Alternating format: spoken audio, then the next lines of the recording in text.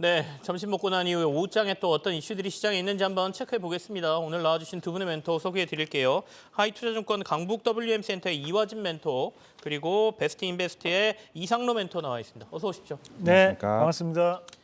첫 번째 이슈부터 보겠습니다. 오늘 시장이 좀 안 좋지만 그나마 그래도 시세가 좀 괜찮은 업종들을 저희가 좀 뽑아봤는데 방항건통 이렇게 뽑았습니다. 대충 감이 오시죠? 방산, 항공, 통신 장비, 건설 이렇게 볼 수 있겠는데요. 같이 얘기를 좀 해보겠습니다. 이화진 멘토부터 좀 얘기해 주실까요?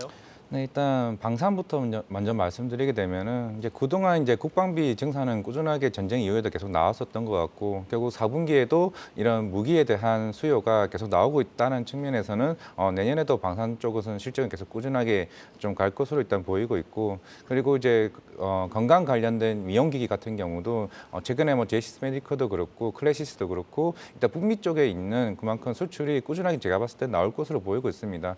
최근에 이제 중국도 다시 이제 리오프닝이 되게 되면서 이런 미용기기에 대한 수요는 당분간 계속 꾸준하게 이어질 것으로 보이고 있고 네.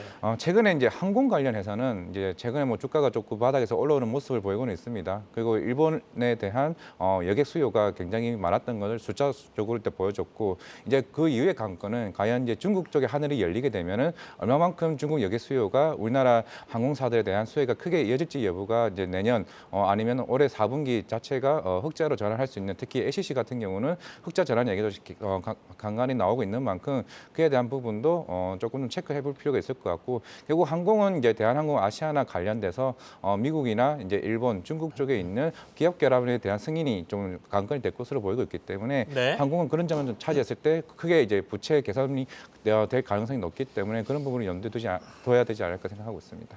알겠습니다. 우리 이상로 멘토께서는 이 네 가지 아까 제가 이제 건설이라고 잘못 말씀드렸는데 오늘 건강과 관련된 여러 가지 그 메디컬 업체라든지 이런 데들 말하는 거죠. 네 가지 업종들 한번 점검해 주실래요? 우선 이제 우리가 항공 같은 경우 지금 최근에 이슈가 하나 됐었던 것이 베이징과 그리고 한국으로 오가는 비행기 가격이 5배가 올랐다는 뉴스가 있었습니다. 그만큼 수요 자체는 늘어났는데 비해서 지금 공급은 그대로인 상황이 발생을 하다 보니까 비행기 가격이 뛰는 그런 모습들이 나타나고 있는데요. 최근에 한한령 해제에 대한 기대감도 여전히 작용을 하고 있고 그런 것들을 감안해서 본다면 결국 중국인들이 한국에 대한 입국자 수에 대해서 증가세를 나타내는 것이 앞으로도 지속적일 가능성이 좀 있다는 부분에 대해서 방점을 좀 찍는다 보거든요. 그러면 지금 최근 들어서 이런 우리가 대한항공을 비롯한 항공주들이 주가적인 부분 자체에서 조정폭이 컸고 이런 조정에 대한 부분 자체는 결국 2020년부터 이어져 왔던 코로나에 대한 구조조정에 대한 가능성 그리고 여러 가지 재무적인 부분, 재무 건전성에 대한 부분 자체가 좀 부각되다 보니까 기대감보다는 안 오르는 그런 상황들이 연출됐다고 봐요. 하지만 지금부터는 실질적인 수요가 증가하는 시점임을 감안해서 봤을 때 이런 항공주들에 대한 저가에 대한 네. 하방 경직성은 충분히 나타날 수 있다는 부분으로 우리가 짧은 호흡보다는 긴 호흡을 통해서 좀 바라보시면 좋을 것 같고요. 우리가 지금 현재 이 방산주들 같은 경우에도 사실 이 방산주는 대부분 다 국책 사업이 함께 연관되는 부분이다 보니까 1, 2년 만에 성과를 낼 수는 없습니다. 그러면 현재에 대한 성과는 꾸준하게 투자를 해왔던 것들이 현재 결실을 맺는 과정들이라고 감안해서 본다면 이런 추세는 쉽게 꺼지지 않는다라는 부분으로 우리가 봐야겠죠. 여러분들이 중요한 것은 여러분들의 꺾이는 마음인 거지 지금 주가는 쉽게 꺾일 수 없는 상황이기 때문에 저는 추세적 상승을 좀 나타낼 수 있다라는 부분으로 우리가 빠질 때마다 좀 담는 전략 대신에 이것도 좀 더 장기적인 관점으로 좀 바라보시면 좋을 것 같고요. 다만 이제 우리가 건강 기술이라든지 또는 현재 5G 관련해 통신 장비 같은 경우에는 단기적인 시세가 좀 나올 수 있는 부분이거든요. 그리고 이제 윤석열 대통령이 당선되기 전에 했던 정책 과제 중에 하나가 우리가 원격 진료에 대한 부분에서도 상당 부분 열어놓는 부분으로 얘기를 했었습니다. 그리고 네. 현재는 규제 완화에 대한 측면을 계속적으로 강조하고 계시기 때문에 그런 과정들을 감안해서 본다면 우리가 이 원격 진료 관련으로도 좀 더 확대될 가능성까지도 열어놓고 대응을 해보자 말씀을 좀 드리겠고요. 그리고 지금 현재 시장에서 가장 강하다고 볼 수 있는 것이 이런 5G 및 통신 장비라고 보는데요. 이런 통신 장비 관련된 부분에서도 기대감이 상당 부분 있고 현재 삼성전자에서 또 지금 중동계 관련해 가지고 수주 관련된 이슈가 나올 가능성도 계속적으로 이슈가 되고 있는 상황이기 때문에 네네. 저는 통신 장비 업종은 반드시 하나는 가져가 보자라는 말씀까지 드리도록 하겠습니다. 반드시 하나는 가져가자라고 하셨으면 그 반드시가 어떤 걸 가져가야 됩니까? 그 종목을 좀 이따 제가 준비를 해왔기 때문에 오늘 관심주가 이 통신 관련 주거든요. 네, 맞습니다. 뒤로 밀어놓고요. 자, 우리 이화준 멘토께서는 앞서 이제 4가지 테마 업종 저희가 이렇게 좀 점검을 하고 있는데 이 중에 그래도 연말에는 꼭 좀 관심 있게 가져가야 된다를 고르라면 4개 중에 어떤 거가 될까요? 일단은 그나마 항공 쪽으로 그나마 항공이 더 좀, 낫다? 네, 네. 최근에 조만간 영국 쪽으로도 이제 승인 이제 이슈 나올 것 같고 미국도 결국 이번 달 안에 이제 기업 결합 관련해서 이제 승인 여부가 나올 것으로 보이고 있습니다. 일단 그렇게 되면 이제 아시아나항공이나 이런 관련 부채 비율이 높은 종목들에 대해서도 그만큼 크게 개선될 것으로 보이고 있고 추후에 이제 유상증자했던 2.5조에 대한 부분도 그런 자금 여력이 생기기 때문에 이런 공급 관련해서도 충분히 그 수요에 따른 부분이 나온다라고 가정을 했을 때 네. 중국과 일본 여객 시장이 열리고 최근에 화물 수요도 이제 그동안 빠졌던 부분에서 조금 다시 반등하는 모습을 보이고 있기 때문에 결국 실적적인 측면에서는 4분기 빠르면 이제 내년 1분기에도 더 좋아지는 모습을 연출할 수 있는 부분이기 때문에 항공 쪽으로는 좀 단기적으로 봐도 괜찮지 않을까 생각하고 있습니다. 알겠습니다. 항공주는 조금 더 그중에서도 관심을 더 가질 만하다 이런 말씀이십니다. 네. 자, 우리가 이제 코로나19 상황에서 의료 시장이 사실은 굉장히 보수적이거든요. 그렇다 보니까 새로운 기술이 들어가거나 이런 데 시간이 굉장히 오래 걸립니다. 그럼에도 불구하고 원격 진료와 관련된 여러 가지를 시험도 했고 경험도 좀 하다 보니까 아마도 그거 도입이 좀 빨라지지 않겠느냐라는 얘기가 나오고 중국 쪽 이슈까지 있으니까요. 앞서 이상로 멘토께서는 원격 진료도 좀 보자 이렇게 말씀하셨습니다. 관심주는 이따가 이 코너 말미에서 한 번 더 보도록 하겠습니다. 자, 다음 이슈로 넘어가죠. 다음 이슈는 원전 이슈입니다. 튀르키예, 그러니까 예전엔 저희가 터키라고 불렀죠. 이 튀르키예 쪽으로 또 원전 수출 얘기가 지금 나오고 있는데요. 같이 점검을 좀 해보죠. 이건 이상로 멘토 먼저 얘기하실까요? 네, 뭐 원전 관련한 기대감은 계속적으로 뭐 이슈가 되는 사업 중에 한 개입니다. 사실 이 윤석열 대통령이 당선되고 난 다음 날부터 가장 강하게 오르던 섹터군 중에 하나가 바로 이 원전 섹터군이었는데요. 그 이후로 사실 뭐 소문만 무성했지 제대로 된 성과가 나타나지 않았던 것도 이 원전 관련주입니다. 그만큼 최근 들어서 이제 이슈가 됐던 것이 폴란드 관련된 이슈가 되고 난 다음에 또 미국 측에 대한 세부적인 소송권까지도 잡혀버리면서 뭐 일장일단이 이루어지는 그런 양상들이 좀 나타났다고 좀 봐야 되는데 추가적인 부분에서 우리가 감안해서 본다면 지금 현재에 대한 원전에 대한 부분에서도 좀 더 확장되는 여지는 분명히 있지만 그래도 우리가 이것을 장기적 관점으로 가져가기는 조금 힘들다고 보는 것이 지금 이 원전에 대한 국내에서 추진하는 이 원전 같은 경우에는 유럽에서 얘기하는 친환경 원전과는 조금 다른 개념이거든요. 네. 그렇다 보니까 추가적인 수주에 대한 가능성 자체가 더 이상 커질 수 있을까라는 우려감들이 저는 여전히 있다고 봐요. 그만큼 소문은 엄청나게 무성한 섹터임에도 불구하고 주가에 대한 움직임을 보면 항상 그 자리거든요. 그래서 저는 좀 더 확실한 부분들 자체가 나오고 난 다음에 공략을 한번 해보면 어떨까라는 말씀을 좀 드리고 싶고 여전히 원전 관련주 같은 경우에는 대장주가 크게 드러나는 것보다는 테마성으로 순환매 양상이 좀 돌기 때문에 개별주에 대한 부분으로 좀 더 접근해보는 전략으로 말씀드리면서 탑픽을 한번 뽑아본다면 네네. S&T 에너지 같은 기업들도 한번 눈여겨보면 좋겠다라는 말씀까지 드리겠습니다.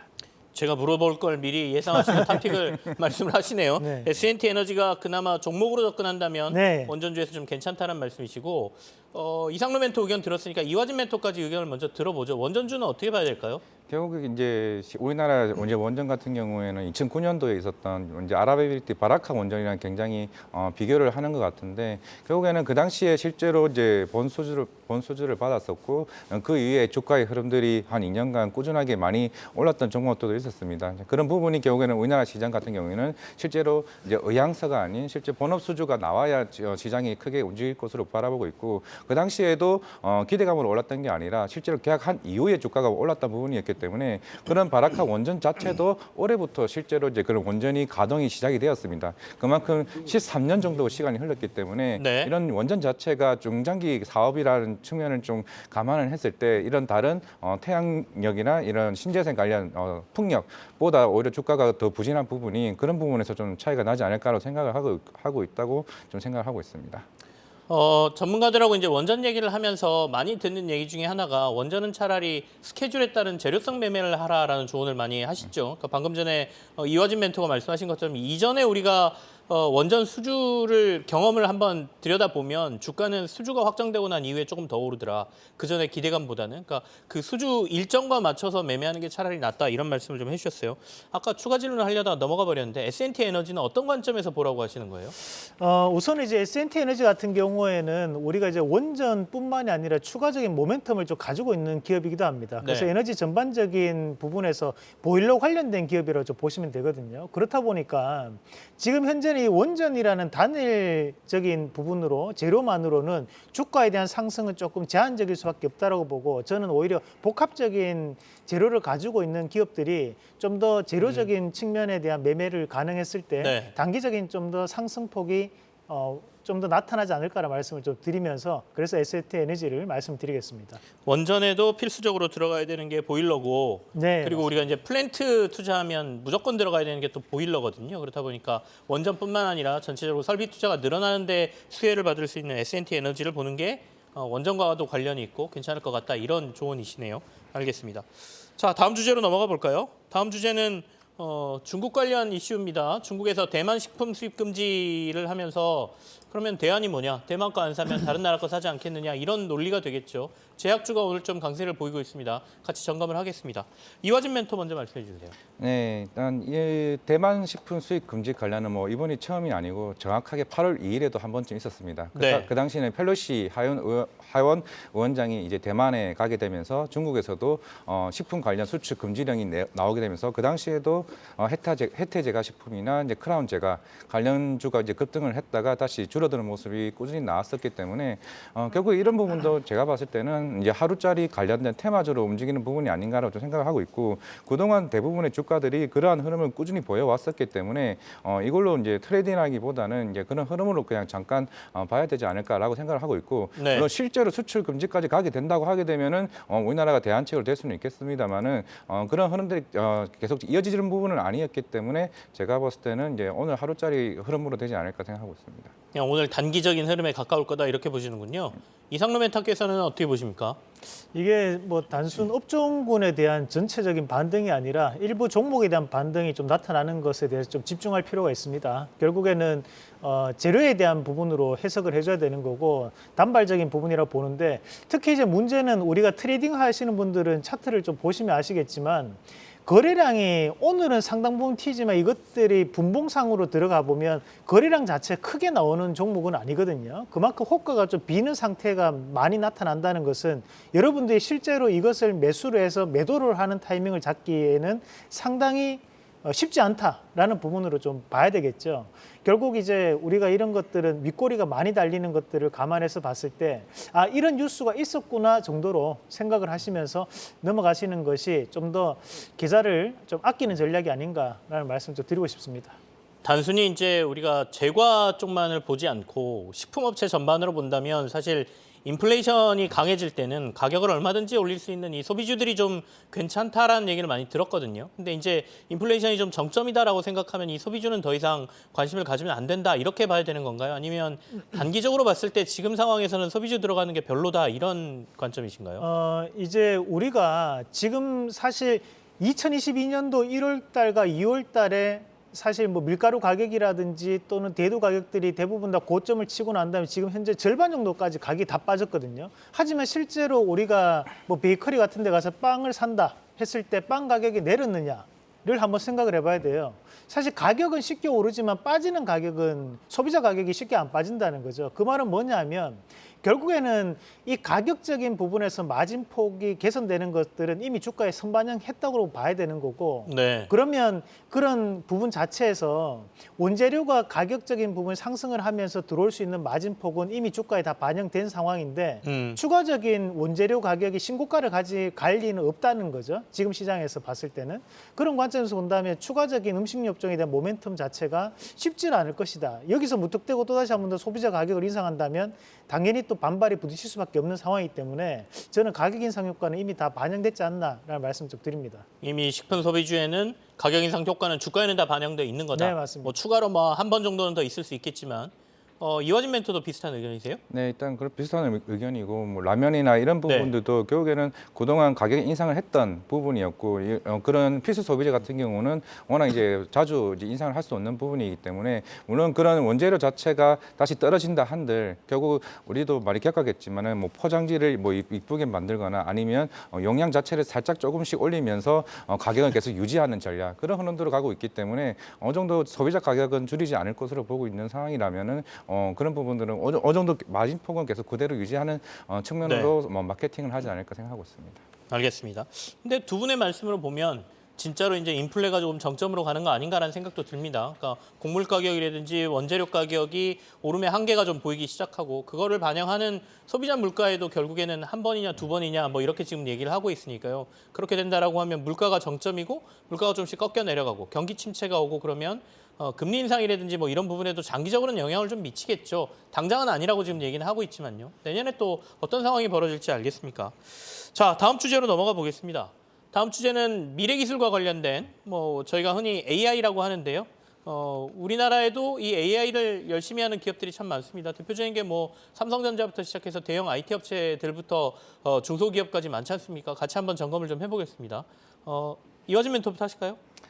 일단 로봇 같은 경우는 뭐 내년에도 크게 성장할 산업 중에 하나라고 생각하고 있고 이제 주가적인 측면에서도 제가 봤을 땐 긍정적으로 좀 보고 있는 분야 중에 하나라고 생각을 하고 있습니다. 그만큼 이제 중국이나 일본 자체도 이제 로봇 산업에 대해서 그만큼 긍정적으로 보고 있고 이제 중국 같은 경우는 워낙 전 세계에서 가장 큰 시장을 가지고 있는 상황이고 기술적인 측면에서는 일본이 가장 앞서 있는 측면이죠.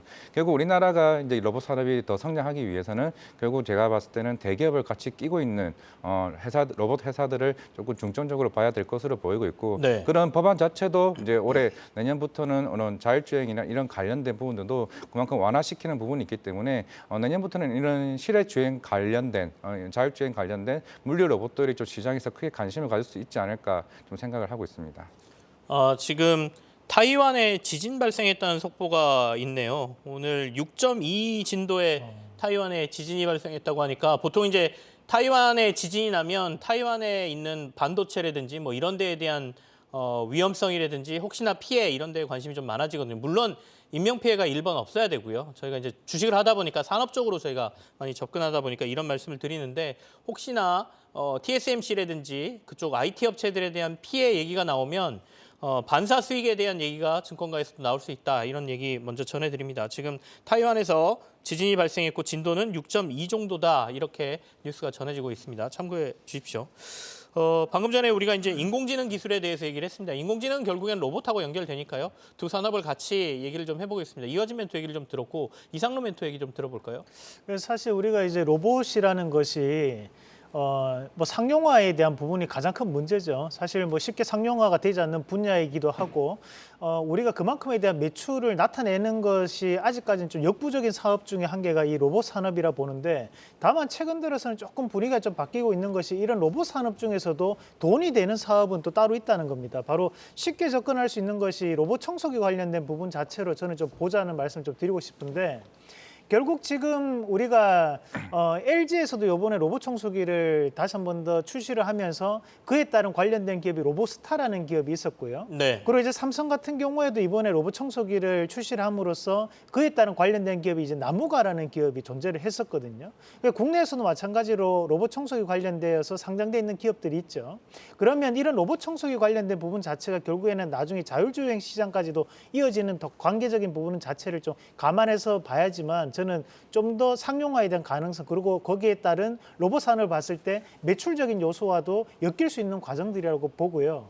그래서 무작정 우리가 로봇이라는 산업으로 접근을 하면 사실 테마성 재료가 상당 부분 크기 때문에 쉽게 좀 지치는 경향이 많습니다. 그래서 저는 오히려 매출과에 대한 연관성을 좀 감안해서 본다면 네. 로봇 청소기 관련된 기업들 그리고 대기업 관련된 기업들을 좀 더 눈여겨보시는 것이 수익률 상승에 좀 도움이 되지 않을까라는 말씀까지 드리겠습니다. 너무 먼 미래 보지 말고 당장 로봇과 관련된 걸로 제품에서 수익 나는 데부터 일단 보는 게 맞다라는 네, 말씀으로 맞습니다. 좀 이해를 해도 되겠네요. 이화진 멘토께서도 아까 얘기하시면서 AI 로봇은 대기업과 관련된 회사를 보는 게 낫다라고 말씀하셨지 않습니까? 네. 그럼 방금 전에 이상로 멘토께서 로보스타, 나무가 얘기를 하셨는데 그 회사들을 말씀하시는 건가요? 아니면 다른 데가 또 있나요? 안 그래도 다음 주 공략주로 가져올 종목 중에 하나가 있기는 한데 뭐 이따가 탐방으로 가게 했는데 이 회사가 LG전자가 지분을 한 8% 정도 가지고 있습니다. 실제로 마곡동에 LG전자 단지에 있는 회사고 이제 흔히 로보티즈라는 회사인데 금방 아까 화면에도 나왔습니다. 실외에 이제 자율주행 로봇으로 일단 볼 수가 있을 것 같고 이런 정부에서도 최근에 실내 자율주행 로봇 관련된 규제도 이제 풀었죠. 내년부터 본격적으로 물류 배송이나 이런 부분들이 법안이 네. 풀렸기 때문에 결국 이쪽에서 실제로 이제 가격대기나 이제 제품이 팔리는 모습을 이제 볼 수 있기 때문에 당장 내년에도 실적이 좀 긍정적으로 보일 수 있는 부분이 아닐까라고 좀 생각할 수가 있을 것 같습니다. 로보티즈가 LG가 한 7% 정도 지분을 들고 있는 회사다라고 말씀해 주셨습니다. 다음 주에 이번 주에 탐방 가신다고요? 네, 오늘 일단 오후에 갔다가 다음 주에 공략주로 정리해서 알겠습니다. 가보도록 뭐 오늘 탐방 가셔서 자세히 좀 알아보시고 다음 주에 공략주에서 또 재미난 설명을 듣겠습니다. 다음 이슈로 넘어가죠. 다음 이슈는 이제 게임 관련입니다. 게임은 워낙 주가 변동폭이 요즘 커서 여기에 위메이드 이슈까지 같이 겪다 보니까 게임주를 어떻게 투자해야 되는지 고민들이 많으실 텐데요. 사우디 쪽에서 계속해서 우리나라 게임 업체들에 대한 지분을 좀 사고 있고요. 한국 게임에 대한 앞으로의 미래 가능성에 대해서 베팅을 하고 있다는 얘기가 들려오죠. 이 이슈를 투자와 관련해서는 전략적으로 어떻게 저희가 해석하고 응해야 되는지 한번 얘기를 나눠보겠습니다. 이상로 멘토하고 얘기할게요. 근데 이게 사실 우리가 이 빈살만 왕세자가 돈이 많은 것은 사실이지만 뭐 지금 대한민국 경제를 뒤흔들 만큼 뭐 지금 전반적인 부분에서 대부분 다 빈살만 테마주로 구성해도 될 정도다라는 말씀을 좀 드리고 싶어요. 그 정도로 언론에서 너무 많이 받아 쓰는 것들이 많은 것 같거든요. 사실 우리가 건설주 얘기가 나올 때도 빈살만이라는 얘기를 붙였고 그러면서 또 건설 관리 업체들 나올 때 또 빈살만 얘기를 또 붙였고요. 네옴시티 또 빈살만 얘기 붙이고 이번에 또 게임주도 빈살만 얘기 붙이고 컨텐츠도 빈살만 얘기 붙이는데 돈을 좀 아끼시는 게 좀 좋지 않을까. 오히려 누가요? 빈살만이요? 아니요. 우리 시청자분들이 그냥 이런 얘기가 무작정 나온다고 해서 계속적인 매수를 하다 보면 결국 종목은 늘어나는데 실제로 수익은 안 납니다. 그래서 오히려 저는 좀 더 장기적인 이 기업에 대한 성장성을 봐야 되는 거지 누군가가 투자한다고 해서 그 투자가 나에게 도움이 된다고 생각하시는 것은 잘못된 투자 방법이라고 보거든요. 네. 그래서 오히려 이 기업 자체에 대한 부분에서 좀 더 신중하게 접근하신 전략으로 가셔야지만 지금 네네. 시장에서 수익이 날 수 있다는 말씀을 좀 드리고 싶어요. 우리가 투자의 기본을 보자라는 말씀하고 비슷합니다. 물론 든든한 투자자, 그러니까 파트너가 생기는 거는 환영할 만한 일이죠. 그러니까 우리나라 게임 기업에 대규모 투자를 해주고 그 자본을 바탕으로 또 새로운 걸 개발하고 해외 시장을 개척할 수 있으니까요. 그래서 사우디에서 국내 기업들에 투자해 주는 거는 분명히 큰 이슈인데 그것보다는 당장 회사의 게임이라든지 본질을 보자라는 말씀을 이상로 멘토께서 하고 계시고요. 사실 빈살만 왕세자 얘기가 너무 많이 나오고 관련 업종도 너무 많다 보니까 시장에서 이제는 약간 양치기 소년 같은 느낌도 있습니다. 물론 진짜로 사업이 진행되는 것도 있고요. 그러니까 그걸 우리가 좀 너무 빈살만 얘기만 나오면 관심 갖지는 말자 이런 말씀을 이해하면 되겠네요. 이화진 멘토는 게임 업종 전문가시지 않습니까? 말씀 좀 해주시죠. 만약에 빈살만이 실제로 이게 K게임에 꽂혀가지고 무엇을 이루고자 한다고 가늠을 했을 때 네. 우리나라 이제 초창기 게임 시장이 열렸을 때가 이제 스타크래프트, 뭐 인터넷 게임 시장이 열렸었고 게임 대회가 열렸었죠. 그러면 빈살만 왕세자가 좋아했던 게임이 그동안 이제 알아봤더니 자기는 어렸을 때부터 비디오 게임을 하면서 자라왔다라고 얘기를 했습니다. 그나마 이제 우리나라에 투자한 회사가 넥슨이 있고 NC소프트가 있고 그리고 본인이 방문했던 회사들이 시프트업 있죠. 시프트업은 서브컬처 장르입니다. 이제 우리 흔히 알고 있는 승리의 여신, 니케 게임이 굉장히 시장에서 이제 굉장히 유명을 했었고 그리고 네오이즈가 있었고 펄어비스가 있었습니다. 이 회사들의 공통점은 이제 시프트업 말고는 결국에는 콘솔 게임 플랫폼을 가진 회사들을 좀 중점적으로 보지 않나라고 좀 생각을 하고 있는 것 같습니다. 만약에 그렇게 된다라고 하게 되면 뭐는 빈살만이 사우디에서 실제로 게임 대회 전 세계적인 네. 큰 게임 시장이 열겠다고 한다라고 하면은 그럼 게임 시장은 더 커질 수도 있을 것이라 좀 생각하고 있고 뭐 단순히 게임에 투자한다라고 해서 그 게임이 확 좋아질 거라는 거는 이제 아까 이상현 대표님 말처럼 그게 공감이 되는 부분이고요. 결국에는 실제로 이 게임 시장이 콘솔 게임 시장이 우리가 예전에 있었던 인터넷 게임 시장에서 그런 콘솔 게임 시장으로 네. 넘어가는 시장이라고 한다면은 제가 봤을 때는 좀 긍정적으로 봐도 되지 않을까라고 생각하고 있습니다.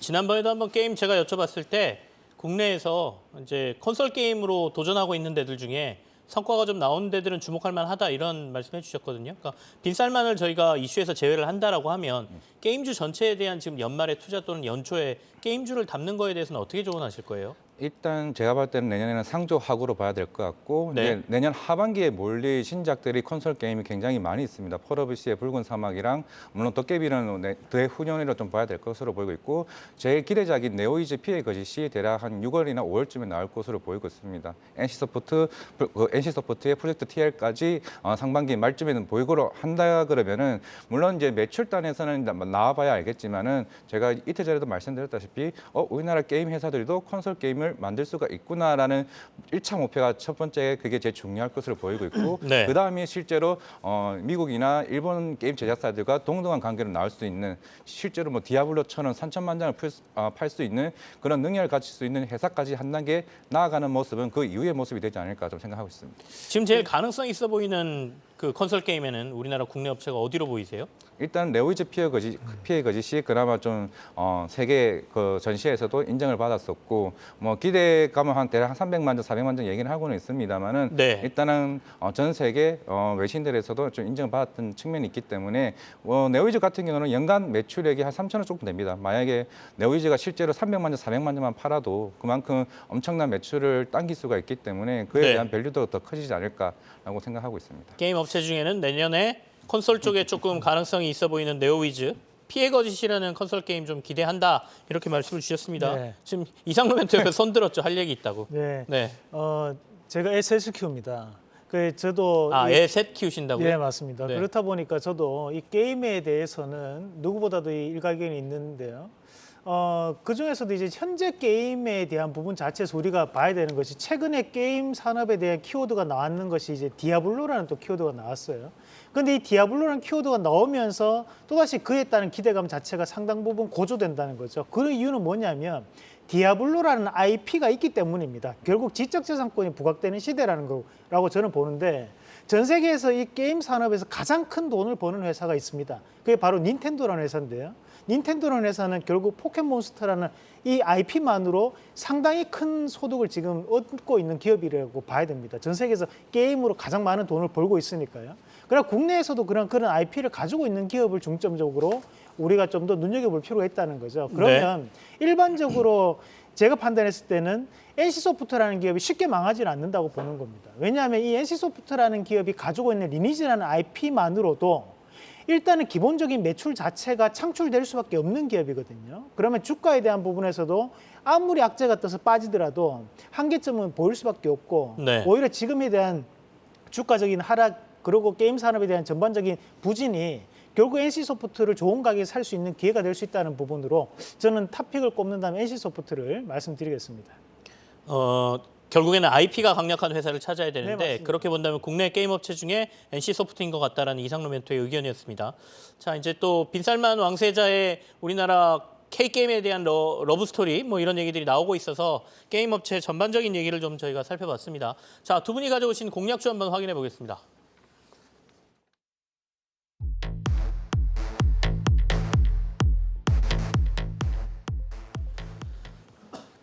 네, 먼저 이화진 멘토는 오늘 HK 이노엔을 가져오셨습니다. K캡의 무서운 성장세라고 하셨는데요. 이 K캡이 무슨 뜻인지 한번 확인해 보고요. 그리고 이상로 멘토께서는 5G는 기대감을 타고 HFR 종목 가져오셨는데 먼저 우리 이화진 멘토의 HK 이노엔부터 듣겠습니다.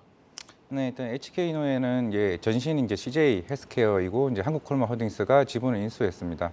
일단은 HK노에는 이제 KKB 역류성 식도염 이제 치료제인데 일단은 2019년쯤에 이제 국내 30호 신약으로 이제 등록이 되었었고 일단은 역류성 식도염 치료제 같은 경우는 일본의 다케다 그리고 HK노엔의 이런 신약 KK 신약이 이제 두 개로 좀 나눠 볼 수가 있을 것 같고 일단 작년에 이제 1,000억이 나왔습니다. 매출 1,000억 목표를 달성을 했었고. 올해 대략 이제 가이드라인은 대략 한 1,200억에서 1,300억 정도 볼 수가 있을 것 같은데 일단 올해 중국 이제 러신 제약에 작년에 기술 이전하게 되면서 올해 5월부터 중국에서 판매가 들어갔습니다. 결국에는 중국 같은 경우는 굉장히 식습관이 굉장히 불안정하기 때문에 그런 여기에 대한 처방제액이 굉장히 많이 나온다고 볼 수가 있을 것 같고 네. 대략 로열티 수치는 한 5%에서 한 10% 사이로 받는 걸로 알고 있습니다. 그렇게 되면은 중국 자체만으로도 받을 수 있는 로열티가 굉장히 크다라고 볼 수가 있고 전반적으로 대략 한 30개국 쪽으로 올해 K캡이 수출국으로 판매 예상하고 있기 때문에 내년 내후년까지 본격적으로 성장할 K캡이 볼 수가 있을 것 같고 물론 HK 이노엔의 매출액에서 차지하는 비중은 아직까지는 12%에서 15% 정도밖에 차지하지는 않습니다. 워낙 HK 이노엔에서 하고 있는 게 뭐 수액제도 하고 있고 특히 H&B 사업부에서 하고 있는 컨디션 같은 경우는 이제 작년까지는 적자였지만은 올해 우리나라 같은 경우는 리오프닝 하게 되면서 해식 문화가 늘어나게 됐고 그에 대한 매출이 본격적으로 나오게 되면서 덩달아 그동안 악재였던 부분들이 다 호재로 바뀌게 되면서 좀 긍정적인 이슈로 볼 수가 네. 있을 것 같습니다. 하지만 그동안 악재였던 부분이 오버행 이슈였는데 이런 부분도 이제 원숭이 두창 이슈로 인해서 최근에 급등했던 5월 6월쯤이었을 겁니다. 그때 물량들이 많이 해소되었다고 그때 회사 측에서도 확인을 했던 부분이 있기 때문에 남은 물량 역시 그런 부분들은 아마 제가 봤을 때는 44,000원, 43,000원 사이에는 조금 남아 있을지는 모르겠지만은 그건 큰 부담이 될 것으로 보이지는 않을 것 같고요. 결국에 이런 부분들이 긍정적으로 보일 수가 있을 것 같고 그리고 HK 이노엔이 아까 앞에서 말씀드렸던 한국콜마 호lding스를 대주주로 가지고 있습니다. 결국 화장품 ODM 회사를 가지고 있는 거고 HK 이노엔도 화장품 신사업을 시작을 했습니다. 네. 그리고 한국콜마가 최근에 연우도 이제 인수를 했죠. 결국에는 이런 화장품 용기 회사까지 인수를 하게 되면서 그만큼 화장품 사업이 내년에 본격적으로 회복이 된다 그러게 되면 이쪽 산업도 어느 정도 살아날 수 있지 않을까라고 생각을 하고 있기 때문에 전반적인 이런 흐름들은 굉장히 좀 긍정적으로 볼 수가 있고 그런 머크향 백신 유통 계약도 꾸준하게 1,800억, 1,500억 대 이상의 매출이 나올 수 있는 부분이 있기 때문에 HK 이노엔은 지금부터 봐도 괜찮지 않을까 생각해서 오늘 들고 왔고요. 이제 목표가는 이제 6만 원 제시하도록 하겠습니다. 목표가 6만 원 제시하셨습니까? HK 이노엔 손절가는 3만 원이고요. HK 이노엔 지금 3만 9천 원 거의 4만 원대에 가 있는데요. 어떻게 보면 역류성 식도염도 그렇고 아까 술 깨는 약 뭐 네. 건강보조식품이라고 해야죠. 약이라고 하면 안 되죠. 건강보조식품 뭐 이런 거 얘기하셨는데 연말에 술 좋아하시는 분들에게 꼭 필요한 약들만 만드는 것 같습니다. 이 역류성 식도염도 사실 저녁에 야식 먹고 이러면 많이 발생한다고 얘기하죠. HK 이노엔 얘기 들었고요. HFR 이상로 멘토의 그 공략주 얘기 들어보겠습니다. 저희가 이제 지난 시간에 이 스튜디오 드래곤이 또 급등이 나왔고, 그리고 지금 현재 살아있는 또 섹터군 중에서 좀 집어야 된다 보는데, 그 중에서 한 개가 저는 이 5G 관련돼서 HFR이라고 봅니다. 이 HFR을 포함해가지고 우리가 이 5G 관련해서 이제 4가지 기업을 봐야 되는데요. HFR, 그리고 이제 우리가 이제 서진 시스템, 그리고 KMW, 그리고 에이스테크 요 4가지 기업이 중요한데 그 중에서도 가장 탄력이 있고 최근 들어서 기관에 대한 수급이 꾸준하게 들어오는 기업이 HFR이기 때문에 이 HFR에 대한 신고가 가능성을 높게 판단하고요. 추가적으로 이 5G 사업 같은 경우에는 현재 기대감이 상당 부분 나타내고 있는 주가를 좀 부양한다고 봅니다. 네. 실질적으로 이제 B2B 시장에서 우리가 이행률이 10%가 채 안 된다라는 뉴스가 나온 것이 지난달이었고 그만큼 그런 이행률이 낮기 때문에 올해는 다시 한 번 더 상당 부분 이행을 할 가능성이 높다라는 부분으로 해석을 한번 해볼 필요가 있겠고요. 마찬가지로 예산안에 포함되어 있는 내용 중에 하나가 이 5G 관련해 가지고 좀 더 지역적 투자를 늘리자는 방안이 또 포함되어 있거든요. 그런 것들을 감안해서 본다면 이 HFR에 대한 부분도 다시 한 번 더 바뀔 수 있는 것으로 저는 판단을 하고요. 우리가 이 5G 사업을 볼 때 사업에 대한 초창기에는 반드시 기지국에 대한 건설이 늘어날 수밖에 없는데 안테나 중계기 기지국 관련된 기업들이 원스텝으로 움직여줘야지만 그 다음에 이제 내장비라고 하는 네트워크 장비주들이 움직일 수 있거든요. 그런 관점에서 본다면 앞서 말씀드렸던 이 4가지 기업에 대한 뭐랄까 이제 좀 더 확장력 자체가 내년에 네. 본격적으로 좀 더 드러나지 않을까라는 말씀을 좀 드리면서 거기에 따른 주 관련된 종목군 안에서 이 HFR에 대한 신고 가능성까지도 말씀을 좀 드리면서 1차적인 목표가는 상단에 네. 43,300원, 그리고 손절가는 하단에 35,900원 제시해 드리겠습니다. 오늘 지난 4월 이후에 거의 최고가를 지금 가고 있네요. HFR 목표가 43,300원에 손절가 35,900원 제시하셨습니다.